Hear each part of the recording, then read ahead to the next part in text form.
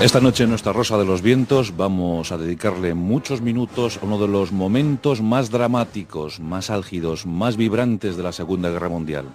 En el momento en el que todo empezó a terminar, el principio del fin para los ejércitos alemanes. Es el momento de Stalingrado, la gran batalla, en la que se vieron involucrados más de 2 millones de hombres y más de 1 millón de esos 2 millones quedaron tendidos para siempre en el campo de batalla. Es el momento más duro, sin duda alguna, donde los hombres fueron más exigentes y donde la historia fue más exigente. Fue la batalla cruel de Stalingrado, donde dos ególatras se enfrentaron, buscando la causa definitiva, buscando la victoria definitiva. No sé si lo sabían sus hombres.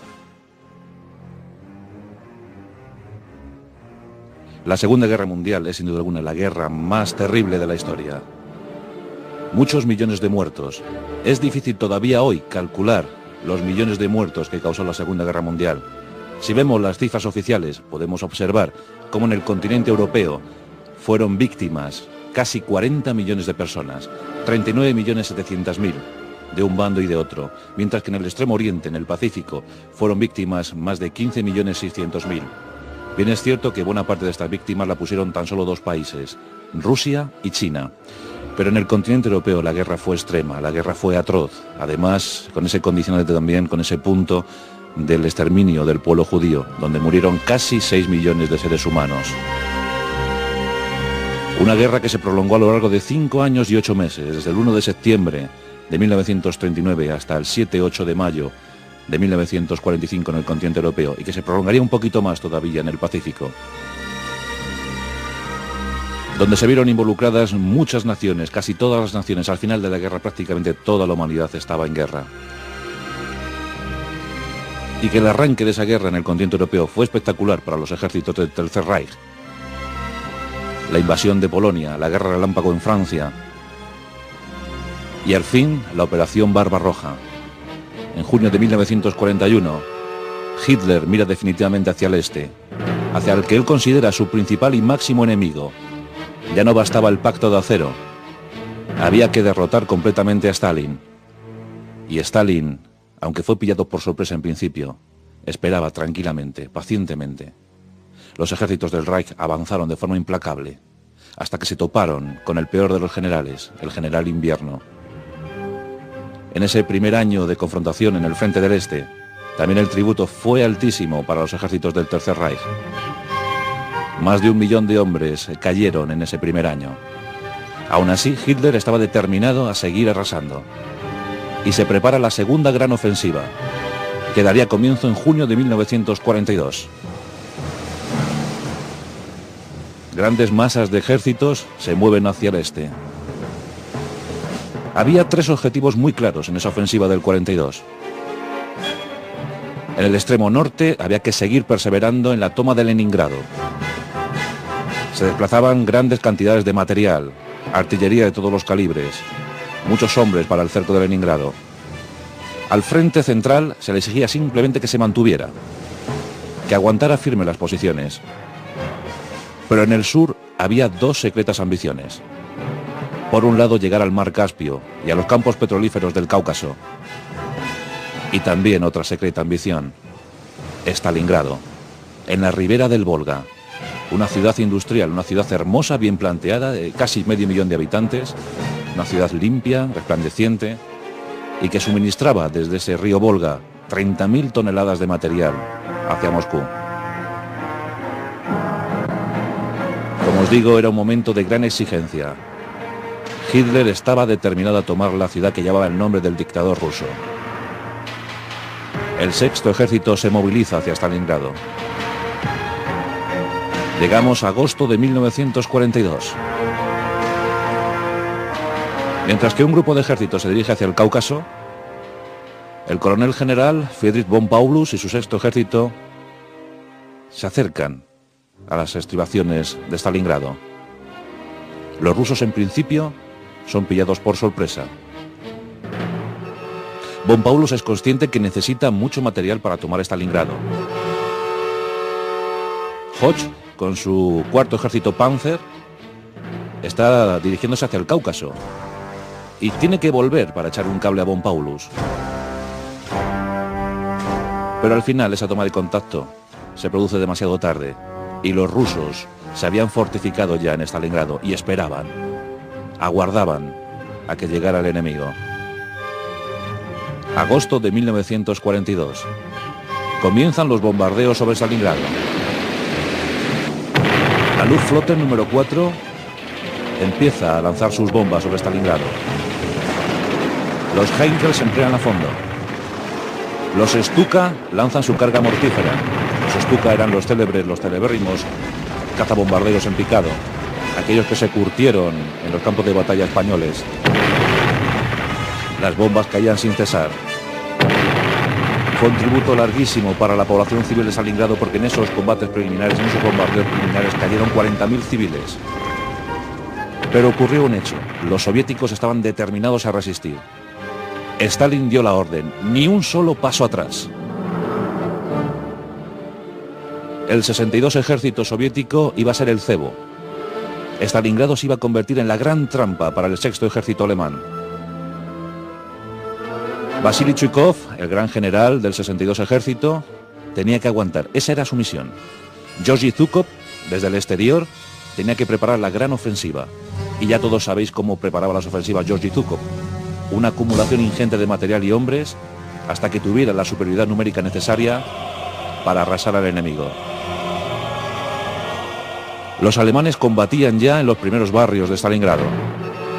Aquellos bombardeos alemanes habían conseguido algo curioso, y es que todos los edificios derruidos de Stalingrado se habían convertido en fortines, en posiciones extraordinarias, erizadas hasta arriba, artilladas hasta arriba, donde los defensores se movían a su antojo. Y los combates fueron despiadados. Los flancos del sexto ejército alemán eran unos flancos débiles. En esta campaña, Hitler había involucrado también a los rumanos, a los húngaros y a los italianos, y también a algunas tropas austriacas. Pero sobre todo los flancos estaban a cargo de los rumanos. Y esos ejércitos no estaban lo suficientemente pertrechados, ni preparados, ni siquiera motivados para aguantar las embestidas de los soviéticos. Aún así, von Paulus siguió atacando. Los soviéticos cedían terreno, no tenían suficientes hombres para aguantar. Los combates eran encarnizados y exigían un gran número de bajas. Y aquí entra en juego uno de esos factores que la historia pone al servicio de algunos. Y el gran aliado de los soviéticos fue el Volga, una vez más, el Volga. Aquella vía fluvial que pondría en contacto Stalingrado con Moscú, aquella vía fluvial, aquel río anchísimo, se convirtió en el gran aliado de los defensores soviéticos. Por las noches, un número increíble de transbordadores, pequeñas embarcaciones, surcaban el río y aprovisionaban a los defensores soviéticos. Eso sí, muchos de esos transbordadores, muchas de esas naves, eran hundidas por los alemanes. El trasiego era el siguiente.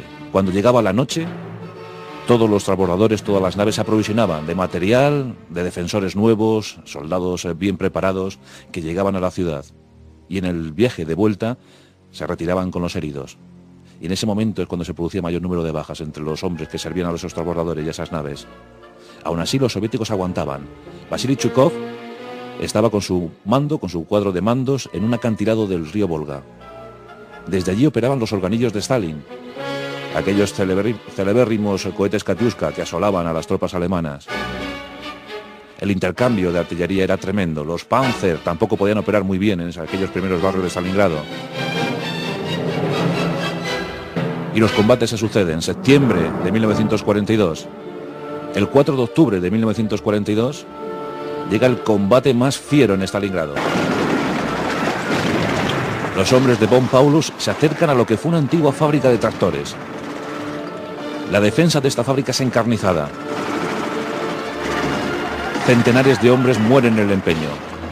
Aquí también fueron determinantes las tropas de asalto alemanas, muy cualificadas, muy bien preparadas, pero con un altísimo número de bajas. Un batallón de asalto alemán podía costar unos 400-500 hombres. Queda constatado que en la batalla de Stalingrado, en cualquiera de estos asaltos, uno de esos batallones se veía mermado en un 85%. Haceros una idea. El soldado de asalto alemán era un soldado muy bien entrenado, muchos de ellos venían de la guerra del norte de África. Eran buenos disparando, eran buenos lanzando granadas, asaltando los objetivos, destrichando los nidos de ametralladoras. En octubre son los momentos cruciales de la batalla. El sexto ejército entra en numerosos barrios de Stalingrado. Parece que la defensa soviética empieza a ceder. El 18 de noviembre de 1942 llega el momento de máxima expansión para las tropas alemanas. Pero el 19 de noviembre se produce la gran noticia. Georgi Zhukov ya tiene muy bien aprovisionado su ejército y lanza una terrible contraofensiva. Es el momento de contraatacar. Ha llegado el momento también para el frío. A partir de entonces los soldados alemanes, que no tenían el equipo adecuado para aguantar el invierno, soportarían temperaturas de menos de 30 grados bajo cero. El general Ruzhkoy lanza su ataque sobre el flanco rumano. Los rumanos aguantan débilmente y al poco se desmoronan. Se inicia otro ataque por el otro flanco. En ese flanco encontramos rumanos, una combinación entre rumanos y alemanes, que aunque intentan aguantar los envites también caen. Se produce una maniobra envolvente. El 22 de noviembre han caído más de 63.000 prisioneros en manos de los soviéticos. Von Paulus manda un telegrama a Hitler. Se pide que le deje libertad de operaciones, que le deje salir de lo que empieza a considerar como es un gran cerco, una gran bolsa la que se puede producir en Stalingrado. Hitler replica enérgicamente: conozco muy bien al sexto ejército y a sus oficiales. Deberán aguantar hasta el último hombre. Y empieza a gestarse la tragedia para el sexto ejército. 260.000 hombres ven como su escape se cierra definitivamente. Aún así, Hitler, que sigue dudando sobre si debe dar la orden a von Paulus, el 30 de noviembre recibe una visita, la del mariscal del aire Hermann Göring. Y Hermann Göring le hace una afirmación, desde luego que forma parte de la fantasía más surrealista. Hitler no deberá preocuparse. Göring se compromete a que la Luftwaffe abastezca por aire al sexto ejército alemán. Eso exigiría llevar por aire 500 toneladas de material y municiones todos los días. Ni uno solo de esos días, en los días que duró la batalla de Stalingrado, Göring consiguió llevar 500 toneladas. Los primeros días llevaron 70, y en el momento donde más consiguieron colocar material en Stalingrado fueron 100 toneladas tan solo. Era insuficiente para tener operativo y combativo a un ejército como el sexto. Y la tragedia empieza ya a cernirse sobre Stalingrado y sus defensores, ahora los alemanes. La situación parece que se puede estabilizar de alguna manera. El mejor de los estrategas alemanes, el gran general Heinrich von Manstein, aquel que provocara la guerra relámpago en Francia, para mí, en mi modesta opinión, el mejor de los generales alemanes, recibe la orden de llegar a Stalingrado. Un batiburrillo de unidades acorazadas, lo que se consideraría los ejércitos del Don, tiene la misión de romper el cerco y llegar a Stalingrado, pero no liberar Stalingrado, sino estabilizar el frente. O sea, no quieren abrir un pasillo para que escape von Paulus. Lo que quieren, tal era la prepotencia de Hitler en ese momento, lo que quieren es que von Manstein llegue a Stalingrado y que junto a von Paulus establezca una línea firme para que se retiren los soviéticos y ellos puedan seguir aguantando. Von Manstein, que sabía muchísimo del arte de la guerra, sabe que va a llegar cerca de Stalingrado, pero sabe que no puede estabilizar ninguna línea en el frente. Lo que quiere es que von Paulus salga de Stalingrado y le acompañe. Sabía que esos 260.000 hombres eran muy necesarios para seguir con la ofensiva. Y en diciembre del 42 se acerca el grupo de ejércitos acorazados del Don a Stalingrado. El 24 de diciembre, von Manstein se encuentra a tan solo 48 kilómetros de von Paulus. La salvación está al alcance de la mano. Von Manstein lo que quiere es que Hitler le deje trabajar libremente, que deje sacar de ahí a von Paulus, de esa ratonera. Y von Manstein incluso le sugiere a von Paulus que salga de allí, que provoque un ataque en masa y que salgan de allí. Pero von Paulus decide resistir. También es cierto que von Paulus desestimaba muchísimo el ardor guerrero de los soviéticos. Von Manstein no puede hacer nada más. Y se retira, eso sí, luchando ferozmente, provocando el mayor número de bajas posible entre los soviéticos. Pero von Paulus queda condenado, queda resignado a su suerte. Hay una escena muy curiosa en diciembre. Von Paulus sale de su búnker, sale de su cuartel general y ve como unos soldados hacen algo extraño. Están cerca de un caballo tremendamente mutilado, y se acerca a ellos y comprueba que 2 o 3 de ellos han abierto el cráneo y están comiéndose los sesos crudos. El hambre había empezado a hacer también su estrago entre la tropa alemana. En esas navidades lo que comieron como ración fue carne de caballo. Los soldados alemanes sin duda alguna combatían en 3 frentes. Combatían contra los soviéticos, pero también combatían contra el tifus, que se extendió rápidamente entre sus filas, y combatían contra el invierno, el terrible invierno, 30 grados bajo cero. Así era imposible combatir, aún así combatieron. La orden de Hitler seguía siendo tajante: hay que resistir hasta el último cartucho, hasta el último hombre. Los soviéticos han rodeado completamente Stalingrado y se disponen a lanzar el ataque final contra la ciudad. Los alemanes siguen determinados a resistir, siguen pensando que aún pueden aguantar. El 8 de enero, Ruskoi combina la rendición a Von Paulus y este la deniega. Por tanto, la orden estaba clara: el 10 de enero se lanza la gran ofensiva final.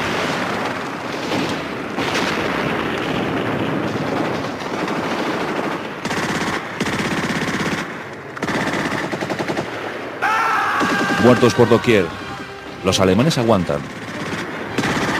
Los soviéticos, a costa de gran número de bajas, consiguen internarse en alguno de los barrios de la ciudad. Zhukov, Stalin están muy confiados en la victoria. Y esa victoria se iba acercando poco a poco. Los alemanes se quedaban sin municiones.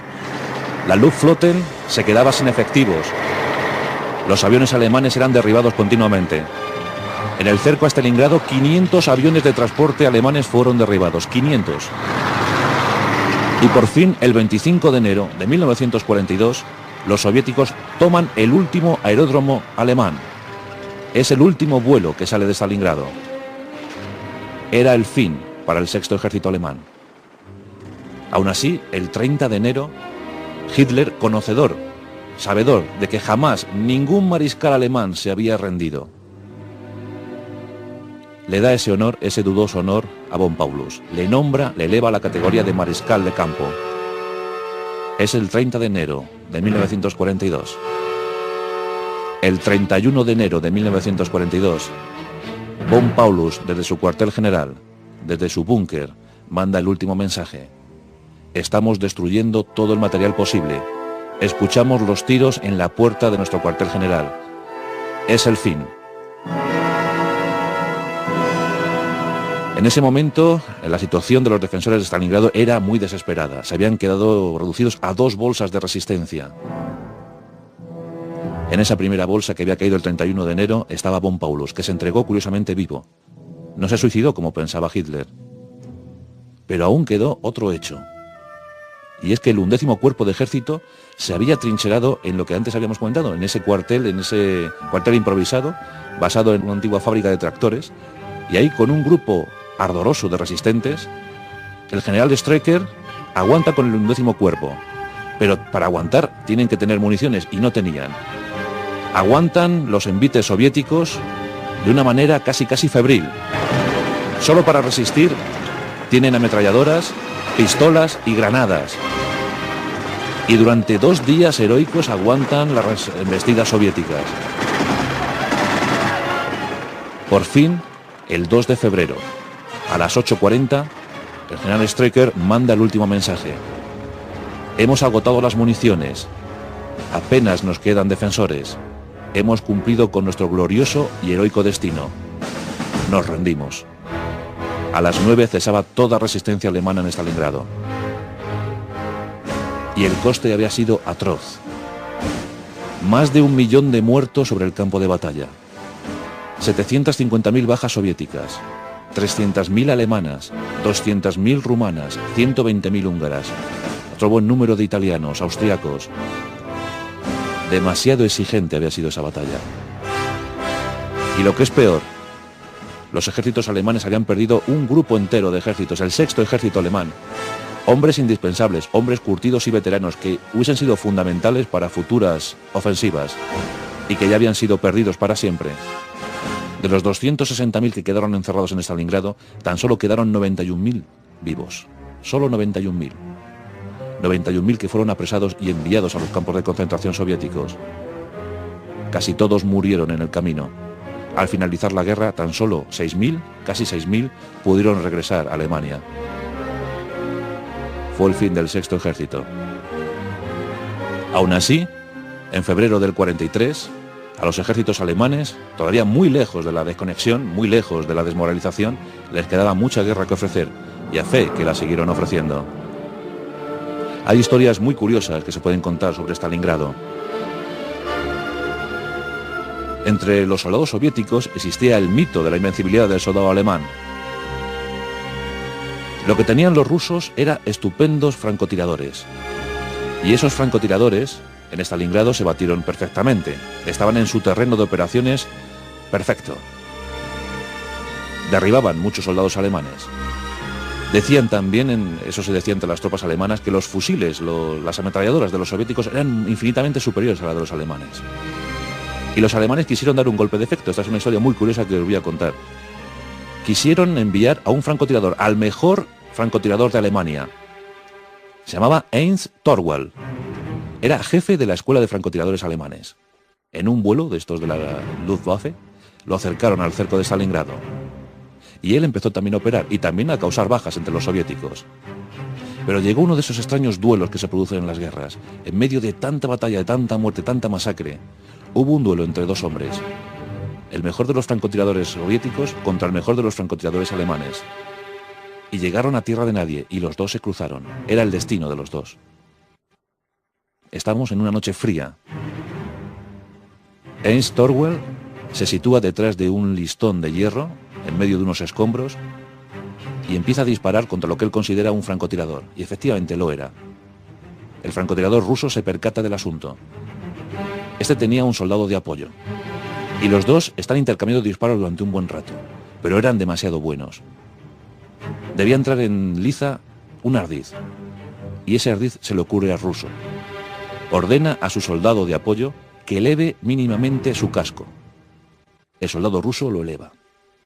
Torwald observa cómo se eleva ese casco y cae en la trampa. Dispara contra el casco. En ese momento Torwald eleva mínimamente la mirada sobre su listón de hierro. Imaginad la situación. Elevar la mirada significa que entre el casco que cubría la cabeza de Torwald y los ojos, pues simplemente eran unos centímetros, 6-7 centímetros. Eleva la mirada sobre el listón de hierro y en ese momento el francotirador ruso dispara de forma tal que le mete una bala entre ceja y ceja. Torwald murió. Fue además lo que pretendían los alemanes que fuera un estímulo para ellos, fue una debacle. Cundió el desánimo y mucha gente se desmoralizó por ese hecho. Torwald murió sin enterarse.